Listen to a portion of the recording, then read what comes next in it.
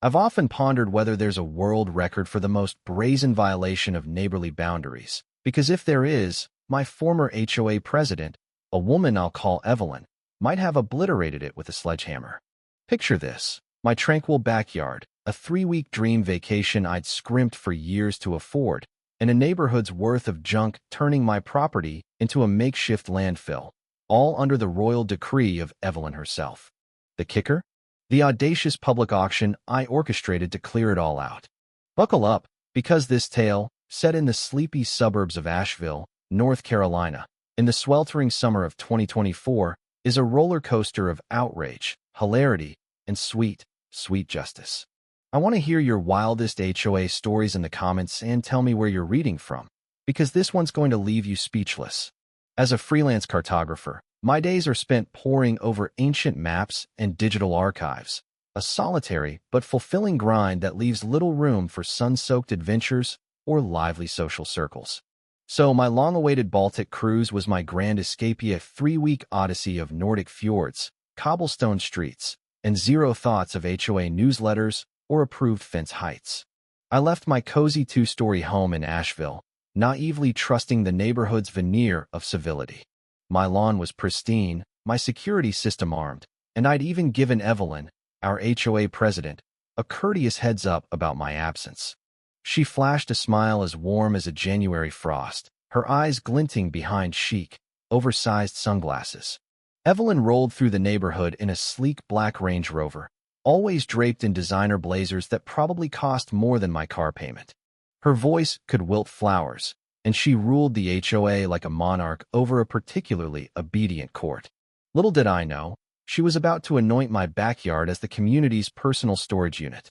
The cruise was a dream. I wandered through Stockholm's Old Town, savored fresh herring in Copenhagen, and basked in the endless daylight of the Baltic summer. My skin glowed, my soul soared, and HOA nonsense was a distant memory.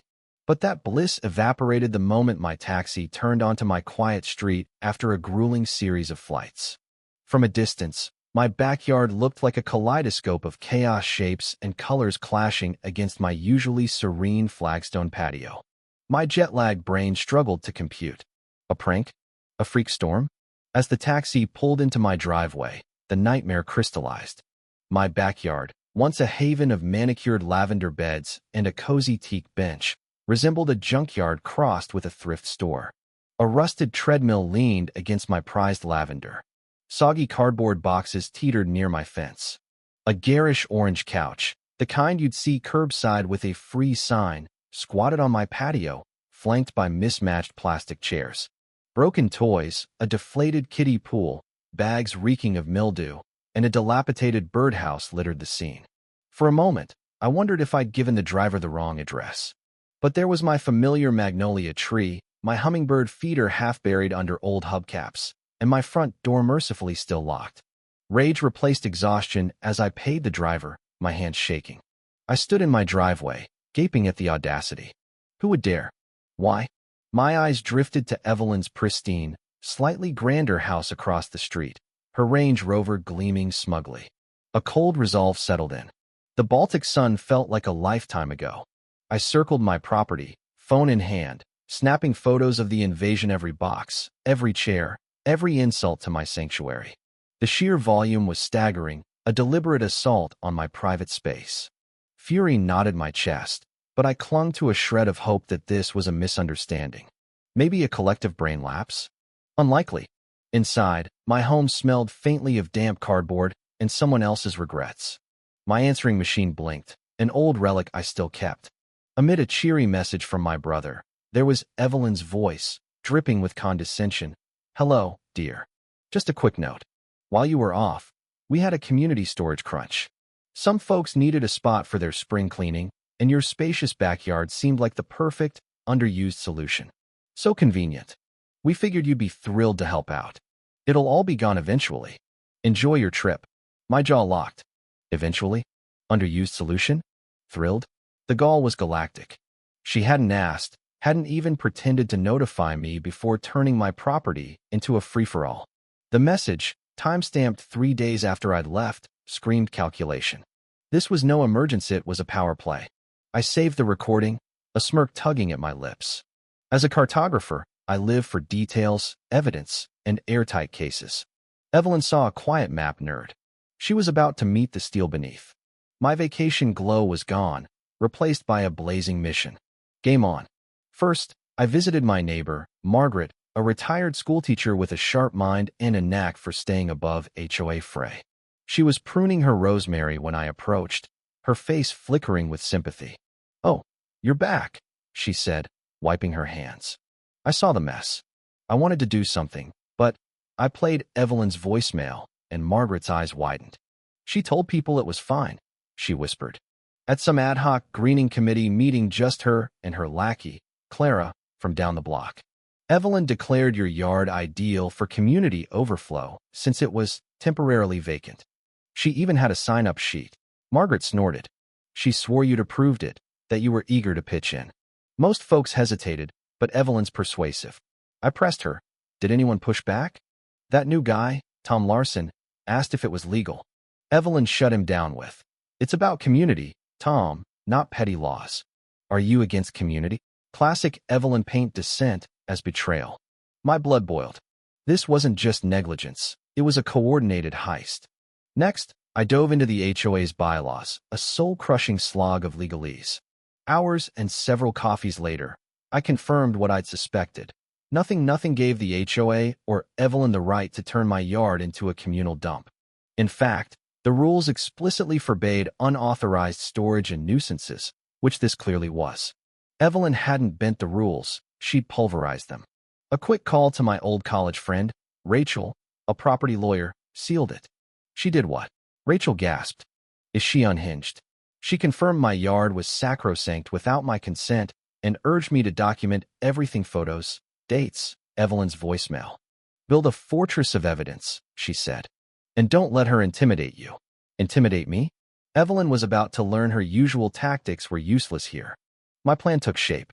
This wasn't just about reclaiming my yard. It was about exposing Evelyn's tyranny. I drafted a certified letter to the HOA, addressed to Evelyn as president, citing her voicemail, the trespass, and the violated bylaws. I demanded all items removed within 72 hours, warning that anything left would be deemed abandoned, with disposal costs billed to the HOA. The tone was icy, factual, lethal. Sending it felt like launching a missile. While waiting for Evelyn's inevitable tantrum, I posted a notice on my gate. All items on Lot 17 must be removed by date. Unclaimed property will be disposed of. Contact the HOA. I wanted Evelyn to clean up her mess, not me. A few neighbors slunk over, embarrassed. The Larsons, Tom and his wife, apologized profusely, retrieving a broken swing set. "Evelyn swore you were fine with it, Mrs. Larson said, red-faced. "She said we were helping you." I nodded coolly. "Next time, ask the owner." Others were less contrite. A guy who dumped a moldy recliner grumbled about stuck-up neighbors as he hauled it away. I just smiled. The letter landed on Tuesday, and I tracked its delivery like a predator. Wednesday was eerily quiet, no calls, no Evelyn storming my porch. She was either plotting or underestimating me, assuming I'd cave and pay to clear the junk myself. Big mistake. By Thursday, the deadline loomed, and most of the mess remained: the orange couch, the treadmill strangling my lavender, the birdhouse, and a bizarre pile of warped PVC pipes. Evelyn was calling my bluff. So, I raised the stakes. The auction idea, simmering since Rachel's advice, erupted.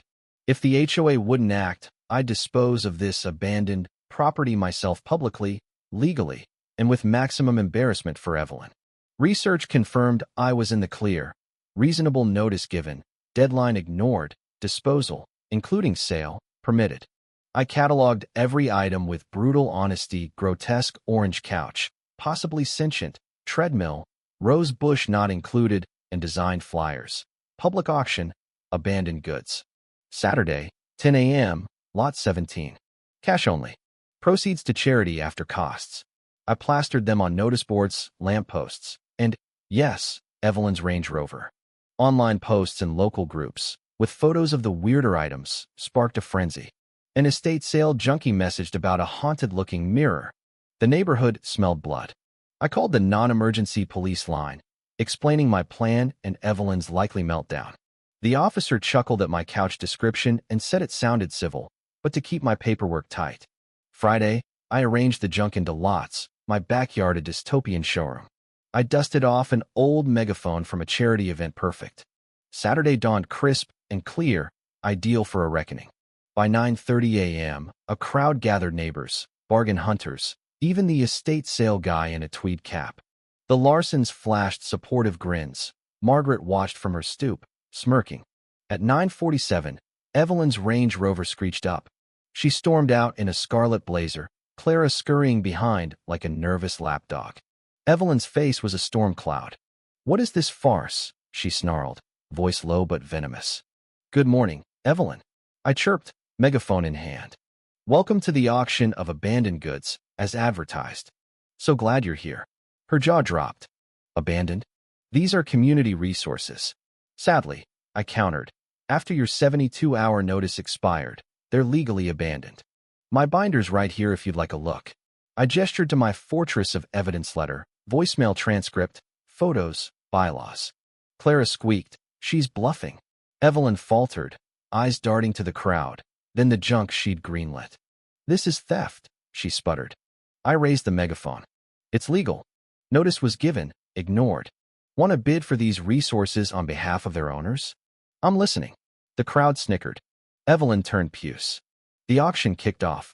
Rusty bike pedals, a box of warped books. Bids were low but lively. Evelyn seethed by her car, Clara patting her arm. The orange couch sparked a bidding war between college kids and a guy who needed it for his man cave. The kids won at $30, ecstatic. The treadmill, freed from my lavender, fetched $15. The birdhouse, a fixer-upper Fido Palace, went for $40 to a shelter volunteer, all proceeds donated. Evelyn's hisses grew louder with each sold. Some owners protested, but the crowd, now my cheer squad, drowned them out. The recliner guy pointed accusingly. "That's mine." "Was," I said. "Lot 14. Bidding's open." He glared at Evelyn. "You said she was cool with it." Evelyn ignored him, her fury a laser on me. As the final Lotsagi boxes loomed unsold, I announced, "These treasures go to junk removal, billed to the HOA per my notice." Evelyn exploded. "You wouldn't." "Oh, I will," I grinned. "Community service, right?" The crowd roared.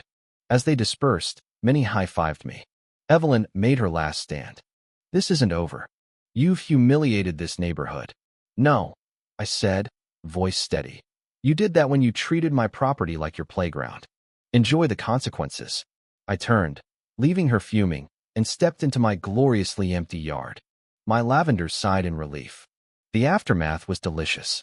The junk haulers cleared the boxes that afternoon, and I sent the HOA the bill, addressed to Evelyn, Community Resources Queen. When she tried to dodge it, the treasurer, a timid guy named Walter, found his courage, citing my evidence and the threat of small claims court. The HOA paid. Auction proceeds, minus my consulting fee, topped $400, with $200 to the shelter, earning me a framed "thank you" I pinned to the community board. I spent the rest on a spiky rose bush for my fanciest subtle jab. Evelyn's reign crumbled. Neighbors mocked her openly. Tom Larson grilled her at HOA meetings about accountability. Margaret nominated him for the board. Clara's tattling fizzled, and several board members quit. An emergency meeting saw Evelyn face a no-confidence vote, not binding, but crippling. She clung to power briefly, a toothless tyrant, before selling her house and fleeing to a Florida condo by spring 2025. Good riddance. My yard bloomed again, a new bench replacing the orange couch. I became the neighborhood's HOA whisperer, advising on bylaw battles. The new board, led by Tom, tightened rules and added a grievance process. Peace, hard won, returned. This saga taught me I'm a fighter when pushed, and facts are my weapon. The neighborhood learned to question unchecked power, especially when it wears Prada. Evelyn. I doubt she learned, but she's someone else's problem now. So what do you think? Was I too ruthless, or did Evelyn reap what she sowed? Should I have negotiated instead of auctioning? Could the neighborhood have rallied sooner? Drop your thoughts below, I am dying to hear. And if you love this tale of suburban showdowns, like and subscribe for more. Trust me, I've got stories.